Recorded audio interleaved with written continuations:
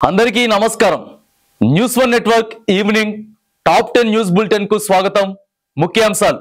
ప్రజలను రక్షించాల్సిన బాధ్యత పోలీసులదే. రాష్ట్రంలో శాంతి భద్రతలను రక్షించాల్సిన బాధ్యత పోలీసులపైనే ఉంటుందని ముఖ్యమంత్రి రేవంత్ రెడ్డి స్పష్టం చేశారు. తెలంగాణ పోలీస్ అకాడమీలో జరుగుతున్న ఎస్ఐల పాసింగ్ అవుట్ పెరేడ్ లో ఆయన పాల్గొన్నారు. పోలీసుల నుంచి ఆయన గౌరవ వందనం స్వీకరించారు.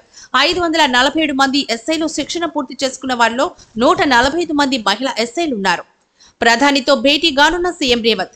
ఇటీవల కురిసిన భారీ వర్షాలకు అనేక ప్రాంతాలు అతలకుతలమైన నేపథ్యంలో ముఖ్యమంత్రి రేవంత్ రెడ్డి వరద సహాయం కోసం ప్రధాని మోడీతో భేటీ కానున్నారు. దీనికి అనుగుణంగా ఆయన ఢిల్లీ బయలుదేరి వెళ్లారు. ప్రధానితో పాటు కేంద్ర మంత్రులతో ఆయన భేటీ కానున్నారు. వరద నష్ట వివరాలను ఆయన ప్రధానితో పాటు మంత్రులకు వివరించనున్నారు. వరద ప్రాంతాలను పరిశీలించిన సీఎం చంద్రబాబు. గోదావరి జిల్లాలో వరద ప్రభావిత ప్రాంతాలను ఏపీ సీఎం చంద్రబాబు నాయుడు మంత్రులతో కలిసి పరిశీలించారు. 2-3 రోజులుగా కురుస్తున్న భారీ వర్షాలకు అనేక ప్రాంతాలను సహాయక చర్యలపై స్థానిక అధికారులను అడిగి తెలుసుకున్నారు. వరద బాధితులతో ముఖాముఖి నిర్వహించారు. కొల్లేరు పరివాహిక ప్రాంతాల్లో ఆయన ఏరియల్ సర్వే నిర్వహించారు. ప్రభుత్వం కక్ష సాధింపు చేస్తోంది. మాజీ సీఎం వైఎస్ జగన్.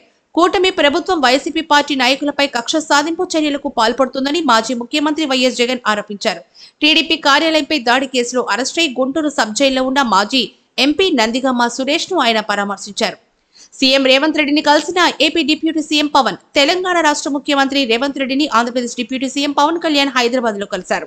వరద బాధితులను ఆదుకోవడానికి తన వంతుగా పవన్ కళ్యాణ్ ₹1 కోటి చెక్కును సీఎం రేవంత్ కు అందించారు. ఆంధ్రప్రదేశ్ కు పవన్ కళ్యాణ్ 5 కోట్ల ఆర్థిక సాయం ప్రకటించి అందించారు.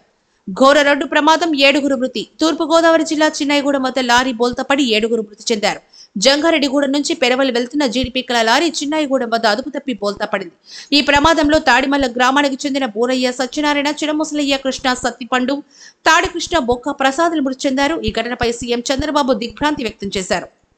హైదరాబాద్ లో రేవ్ పార్టీ పోలీసుల దాడులు. హైదరాబాద్ గచ్చిబౌలిలోని ఓ గెస్ట్ హౌస్ లో రేవ్ పార్టీ జరుగుతున్నట్టు సమాచారం అందడంతో పోలీసులు దాడులు నిర్వహించారు. రేవ్ పార్టీలో పాల్గొన్న 8 మంది అమ్మాయిలు, 18 మంది అబ్బాయిలను పోలీసులు అదుపులోకి తీసుకున్నారు. వారి నుంచి గంజాయి, ఈ సిగరెట్లు స్వాధీనం చేసుకున్నారు.